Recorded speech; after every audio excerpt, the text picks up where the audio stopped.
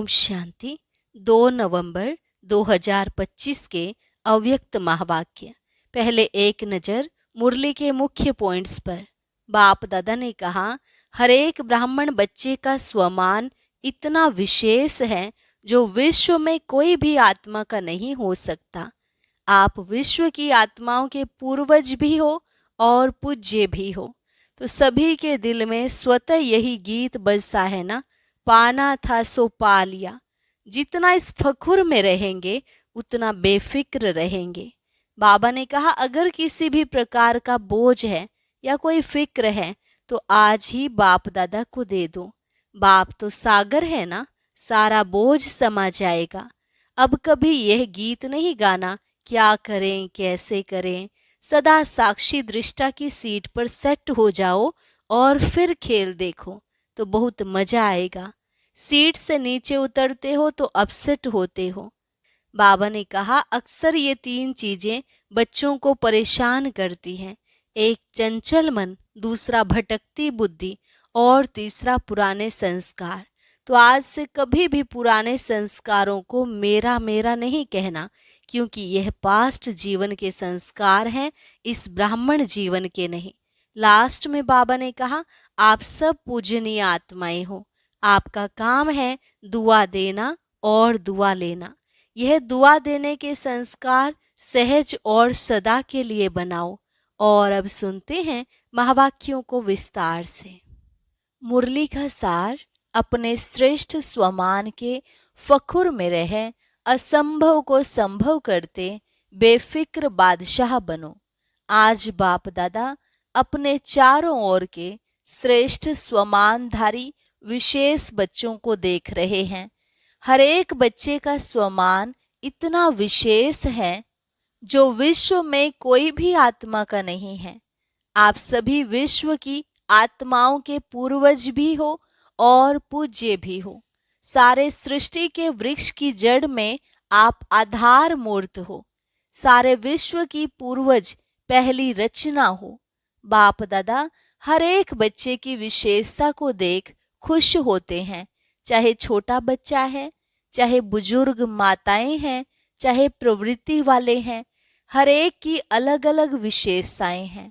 आजकल कितने भी बड़े बड़े साइंसदान हैं, दुनिया के हिसाब से विशेष हैं, जो प्रकृति जीत तो बने, चंद्रमा तक भी पहुंच गए, लेकिन इतनी छोटी सी ज्योति स्वरूप आत्मा को नहीं पहचान सकते। और यहाँ छोटा सा बच्चा भी मैं आत्मा हूँ ज्योति बिंदु को जानता है, फलक से कहता है मैं आत्मा हूँ। कितने भी बड़े महात्माएं हैं और ब्राह्मण माताएं हैं, माताएं फलक से कहती हमने परमात्मा को पा लिया है ना। और महात्माएं क्या कहते, परमात्मा को पाना बहुत मुश्किल है। प्रवृत्ति वाले चैलेंज करते हैं कि हम सब प्रवृत्ति में रहते, साथ रहते, पवित्र रहते हैं, क्योंकि हमारे बीच में बाप है, इसलिए दोनों साथ रहते भी सहज पवित्र रह सकते हैं। क्योंकि पवित्रता हमारा स्वधर्म है, पर धर्म मुश्किल होता है, स्वधर्म सहज होता है। और लोग क्या कहते, आग और कपूस साथ में रह नहीं सकते, बड़ा मुश्किल है। और आप सब क्या कहते, बहुत सहज है। आप सबका शुरू का एक गीत था, कितने भी सेठ स्वामी हैं लेकिन एक अल्फ को नहीं जाना है, छोटी सी बिंदी आत्मा को नहीं जाना, लेकिन आप सभी बच्चों ने जान लिया, पा लिया। इतने निश्चय और फकुर से बोलते हो, असंभव संभव है। बाप दादा भी हर एक बच्चे को विजयी रत्न देख हर्षित होते हैं, क्योंकि हिम्मते बच्चे मददे बाप है। इसलिए दुनिया के लिए जो असंभव बातें हैं वह आपके लिए सहज और संभव हो गई हैं। फकुर रहता है कि हम परमात्मा के डायरेक्ट बच्चे हैं। इस नशे के कारण, निश्चय के कारण, परमात्मा बच्चे होने के कारण माया से भी बचे हुए हो। बच्चा बनना अर्थात सहज बच जाना। तो बच्चे हो और सब विघ्नों से, समस्याओं से बचे हुए हो। तो अपने इतने श्रेष्ठ स्वमान को जानते हो ना। क्यों सहज है? क्योंकि आप साइलेंस की शक्ति द्वारा परिवर्तन शक्ति को कार्य में लगाते हो, नेगेटिव को पॉजिटिव में परिवर्तन कर लेते हो। माया कितने भी समस्या के रूप में आती है, लेकिन आप परिवर्तन की शक्ति से, साइलेंस की शक्ति से समस्या को समाधान स्वरूप बना देते हो, कारण को निवारण के रूप में बदल देते हो। है ना इतनी ताकत? कोर्स भी कराते हो ना, नेगेटिव को पॉजिटिव करने की विधि सिखाते हो। यह परिवर्तन शक्ति बाप द्वारा वर्षे में मिली है। एक ही शक्ति नहीं, सर्व शक्तियां परमात्मा वर्षा मिला है। इसलिए बाप दादा हर रोज कहते हैं, हर रोज मुरली सुनते हो ना, तो हर रोज बाप दादा यही कहते, बाप को याद करो और वर्षे को याद करो। बाप की याद भी सहज क्यों आती है? जब वर्षे की प्राप्ति को याद करते तो बाप की याद प्राप्ति के कारण सहज आ जाती है। हर एक बच्चे को यह रूहानी फक्र रहता है। दिल में गीत गाते हैं ना, पाना था वो पा लिया। सभी के दिल में यह स्वतः ही गीत बजता है ना, फक्र है ना। जितना इस फक्र में रहेंगे तो फक्र की निशानी है बेफिक्र होंगे। अगर किसी भी प्रकार का संकल्प में, बोल में या संबंध संपर्क में फिक्र रहता है तो फक्र नहीं। बाप दादा ने बेफिक्र बादशाह बनाया है। बोलो बेफिक्र बादशाह हो? हैं तो हाथ उठाओ जो बेफिक्र बादशाह हैं। बेफिक्र हो या कभी कभी फिक्र आ जाता है? अच्छा है, जब बाप बेफिक्र है तो बच्चों को क्या फिक्र है? बाप दादा ने तो कह दिया है, सब फिक्र व किसी भी प्रकार का बोझ है तो बाप दादा को दे दो। बाप सागर है ना, तो बोझ सारा समा जाएगा। कभी बाप दादा बच्चों का एक गीत सुन के मुस्कुराता है। पता है कौन सा गीत? क्या करें कैसे करें? कभी कभी तो गाते हो ना। बाप दादा तो सुनता रहता है, लेकिन बाप दादा सभी बच्चों को यही कहते हैं, हे मीठे बच्चे, लाडले बच्चे, साक्षी दृष्टा के स्थिति की सीट पर सेट हो जाओ और सीट पर सेट होके खेल देखो, बहुत मजा आएगा। वहां त्रिकालदर्शी स्थिति में स्थित हो जाओ। सीट से नीचे आते इसलिए अपसेट होते हो, सेट रहो तो अपसेट नहीं होंगे। कौन सी तीन चीजें बच्चों को परेशान करती हैं? चंचल मन, भटकती बुद्धि और तीसरा पुराने संस्कार।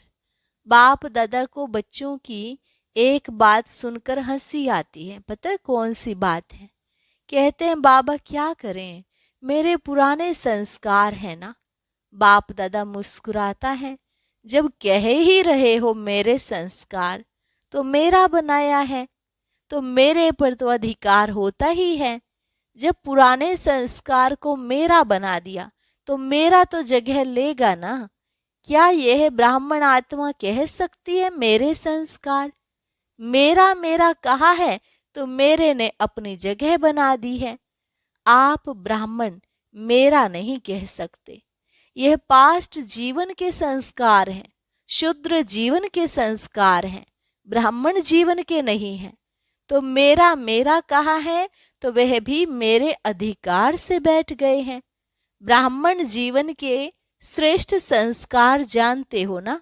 और यह संस्कार जिनको आप पुराने कहते हो वह भी पुराने नहीं हैं। आप श्रेष्ठ आत्माओं का पुराने ते पुराना संस्कार अनादि और आदि संस्कार है। यह तो द्वापर मध्य के संस्कार हैं। तो मध्य के संस्कार को बाप की मदद से समाप्त कर देना कोई मुश्किल नहीं है। परंतु होता क्या है, बाप जो सदा आपके साथ कंबाइंड है उसे कंबाइंड जान सहयोग नहीं लेते। कंबाइंड का अर्थ ही है समय पर सहयोगी, लेकिन समय पर सहयोग ना लेने के कारण मध्य के संस्कार महान बन जाते हैं। बाप दादा जानते हैं कि सभी बच्चे बाप के प्यार के पात्र हैं, अधिकारी हैं। बाबा जानते हैं कि प्यार के कारण ही सभी पहुंच गए हैं, चाहे विदेश से आए हैं, चाहे देश से आए हैं, लेकिन सभी परमात्मा प्यार की आकर्षण से अपने घर में पहुंचे हैं। बाप दादा भी जानते हैं प्यार में मेजॉरिटी पास है। विदेश से प्यार के प्लेन में पहुंच गए हो। बोलो सभी, प्यार की डोर में बंधे हुए यहाँ पहुंच गए हो ना। यह परमात्मा प्यार दिल को आराम देने वाला है। अच्छा, जो पहली बार यहाँ पहुंचे हैं वह हाथ उठाओ, हाथ हिलाओ, भले पधारे। अभी बाप दादा ने जो होमवर्क दिया था, याद है? होमवर्क याद है? बाप दादा के पास कई तरफ से रिजल्ट आई है। सभी की रिजल्ट नहीं आई है, कोई की कितने % में भी आई है। लेकिन अभी करना क्या है? बाप दादा क्या चाहते हैं? बाप दादा यही चाहते हैं कि सब पूजनीय आत्माएं हैं, तो पूजनीय आत्माओं का विशेष लक्षण दुआ देना ही है। तो आप सभी जानते हो कि आप सभी पूजनीय आत्माएं हो, तो यह दुआ देना अर्थात दुआ लेना अंडरस्टूड हो जाता है। जो दुआ देता है, जिसको देते हैं, उसकी दिल से बार बार देने वाले के लिए दुआ निकलती है। तो हे पूज्य आत्माएं, आपका तो निजी संस्कार है दुआ देना, अनादि संस्कार है दुआ देना। जब आपके जड़ चित्र भी दुआ दे रहे हैं, तो आप चैतन्य पूज्य आत्माओं का तो दुआ देना यह नेचुरल संस्कार है। इसको कहो मेरा संस्कार। मध्य द्वापर के संस्कार नेचुरल और नेचर हो गए हैं। वास्तव में यह संस्कार दुआ देने के नेचुरल नेचर है। जब किसी को दुआ देते हैं तो वह आत्मा कितनी खुश होती है, वह खुशी का वायुमंडल कितना सुखदायी होता है। तो जिन्होंने भी होमवर्क दिया है उन सब को, चाहे आए हैं चाहे नहीं आए हैं, लेकिन बाप दादा के सामने हैं, तो उन्हों को बाप दादा मुबारक दे रहे हैं। होमवर्क किया है तो उसे अपनी नेचुरल नेचर बनाते हुए आगे भी करते कराते रहना। और जिन्होंने थोड़ा बहुत किया है, नहीं भी किया है, तो वह सभी अपने को सदा मैं पूज्य आत्मा हूँ, मैं बाप की श्रीमत पर चलने वाली विशेष आत्मा हूँ, इस स्मृति को बार बार अपनी स्मृति और स्वरूप में लाना। क्योंकि हर एक से जब पूछते हैं कि आप क्या बनने वाले हो, तो सब कहते हैं हम लक्ष्मी नारायण बनने वाले हैं। राम सीता में कोई नहीं हाथ उठाता। जब लक्ष्य है 16 कला बनने का, तो 16 कला अर्थात परम पूज्य पूज्य आत्मा का कर्तव्य ही है दुआ देना। यह संस्कार चलते फिरते सहज और सदा के लिए बनाओ। हो ही पूज्य, हो ही 16 कला, लक्ष्य तो यही है ना। बाप दादा खुश है। जिन्होंने भी किया है उन्होंने अपने मस्तक में विजय का तिलक बाप द्वारा लगा दिया है। साथ में सेवा के समाचार भी बाप दादा के पास सबकी तरफ से, वर्गों की तरफ से, सेंटर्स की तरफ से बहुत अच्छी रिजल्ट सहित पहुंच गए हैं। तो एक होमवर्क करने की मुबारक और साथ में सेवा की भी मुबारक, पदम पदम गुना है। बाप दादा ने देखा कि गांव गांव में संदेश देने की सेवा बहुत अच्छे तरीके से मेजॉरिटी एरिया में की है। तो यह सेवा भी रहम दिल बनकर की, इसलिए सेवा के उमंग उत्साह में रिजल्ट भी अच्छी दिखाई दी है। यह मेहनत नहीं की, लेकिन बाप से प्यार अर्थात संदेश देने से प्यार, तो प्यार के मोहब्बत में सेवा की है। तो प्यार का रिटर्न सब सेवाधारियों को स्वतः ही बाप का पद्म पदम गुना प्यार प्राप्त है और होता रहेगा। साथ में सभी अपनी प्यारी दादी को बहुत स्नेह से याद करते हुए दादी को प्यार का रिटर्न दे रहे हैं। तो यह प्यार की खुशबू बाप दादा के पास बहुत अच्छी तरह से पहुंच गई है। अभी जो भी मधुबन में कार्य चल रहे हैं, चाहे विदेशियों के चाहे भारत के, वह सब कार्य भी एक दो के सहयोग सम्मान के आधार से बहुत अच्छे सफल हुए हैं और आगे भी होने वाले कार्य सफल हुए पड़े हैं, क्योंकि सफलता तो आपके गले का हार है। बाप के गले के भी हार हो। बाप ने याद दिलाया था कि कभी भी हार नहीं खाना, क्योंकि आप बाप के गले के हार हो। तो गले का हार कभी हार नहीं खा सकता। तो हार बनना है या हार खानी है? नहीं ना, हार बनना अच्छा है ना, तो हार कभी नहीं खाना। हार खाने वाले तो अनेक करोड़ों आत्माएं हैं। आप हार बन के गले में पिरोए हुए हो, ऐसे है ना? तो संकल्प करो, बाप के प्यार में माया कितने भी तूफान सामने लाए, लेकिन मास्टर सर्वशक्तिवान आत्माओं के आगे तूफान भी तोहफा बन जाएगा। ऐसा वरदान सदा याद करो। कितना भी ऊंचा पहाड़ हो, पहाड़ बदल के रूई बन जाएगा। अभी समय की समीपता प्रमाण वरदानों को हर समय अनुभव में लाओ, अनुभव की अथॉरिटी बनो। जब चाहो तब अपने अशरीरी बनने की, फरिश्ता स्वरूप बनने की एक्सरसाइज करते रहो। अभी अभी ब्राह्मण, अभी अभी फरिश्ता, अभी अभी अशरीरी, चलते फिरते कामकाज करते हुए भी 1 मिनट 2 मिनट निकाल अभ्यास करो। चेक करो, जो संकल्प किया वही स्वरूप अनुभव किया।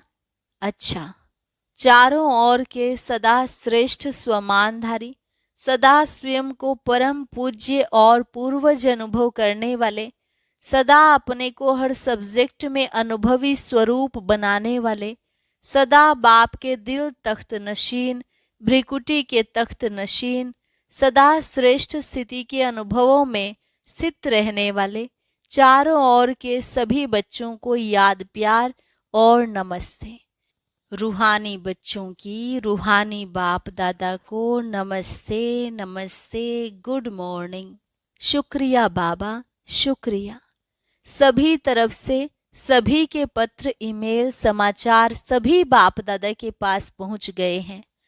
तो सेवा का फल और बल सभी सेवाधारियों को प्राप्त है और होता रहेगा। प्यार के पत्र भी बहुत आते हैं, परिवर्तन के पत्र भी बहुत आते हैं। परिवर्तन की शक्ति वालों को बाप दादा अमर भव का वरदान दे रहे हैं। जिन सेवाधारियों ने श्रीमत को पूरा फॉलो किया है, ऐसे फॉलो करने वाले बच्चों को बाप दादा कहते सदा फरमान बरदार बच्चे। वाह, बाप दादा यह वरदान दे रहे हैं और प्यार वालों को बहुत बहुत प्यार से दिल में समाने वाले अति प्यारे और अति माया के विघ्नों से न्यारे ऐसा वरदान दे रहे हैं। अच्छा, अभी सबके दिल में क्या उमंग आ रहा है? एक ही उमंग, बाप समान बनना ही है यह उमंग? पांडव हाथ उठाओ। बनना ही है। देखेंगे, बनेंगे, गेगे नहीं करना, लेकिन बनना ही है। पक्का? पक्का? अच्छा, हर एक अपना ओके का कार्ड अपने टीचर के पास चार्ट के रूप में देते रहना। ज्यादा नहीं लिखो, बस एक कार्ड ले लो, उसमें ओके लिखो या लाइन डालो, बस। ये तो कर सकते हो ना, लंबा पत्र नहीं। अच्छा, वरदान संगम युग पर प्रत्यक्ष फल द्वारा शक्तिशाली बनने वाली सदा समर्थ आत्मा भव। संगम युग पर प्रत्यक्ष फल द्वारा शक्तिशाली बनने वाली सदा समर्थ आत्मा भव। संगम युग पर जो आत्माएं बेहद सेवा के निमित्त बनती हैं, उन्हें निमित्त बनने का प्रत्यक्ष फल शक्ति की प्राप्ति होती है। यह प्रत्यक्ष फल ही श्रेष्ठ युग का फल है। ऐसा फल खाने वाली शक्तिशाली आत्मा किसी भी परिस्थिति के ऊपर सहज ही विजय पा लेती है। वह समर्थ बाप के साथ होने के कारण व्यर्थ से सहज मुक्त हो जाती है। जहरीले सांप समान परिस्थिति पर भी उनकी विजय हो जाती है। इसलिए यादगार में दिखाते हैं कि श्री कृष्ण ने सर्प के सिर पर डांस किया। स्लोगन, पास विद ऑनर बनकर पास्ट को पास करो और बाप के सदा पास रहो। पास विद ऑनर बनकर पास्ट को पास करो और बाप के सदा पास रहो। अव्यक्त इशारा, अशरीरी व विदेही स्थिति का अभ्यास बढ़ाओ। जैसे बाप दादा अशरीरी से शरीर में आते हैं, वैसे ही बच्चों को भी अशरीरी होकर के शरीर में आना है। अव्यक्त स्थिति में स्थित होकर फिर व्यक्त में आना है। जैसे शरीर को छोड़ना और शरीर को लेना, यह अनुभव सभी को है। ऐसे ही जब चाहो तब शरीर का भान छोड़कर अशरीरी बन जाओ और जब चाहो तब शरीर का आधार लेकर कर्म करो। बिल्कुल ऐसे ही अनुभव हो जैसे यह सुल चोला अलग है और चोले को धारण करने वाली मैं आत्मा अलग हूँ। अच्छा, और अभी सुनते हैं आज का अव्यक्त ज्ञान मोती।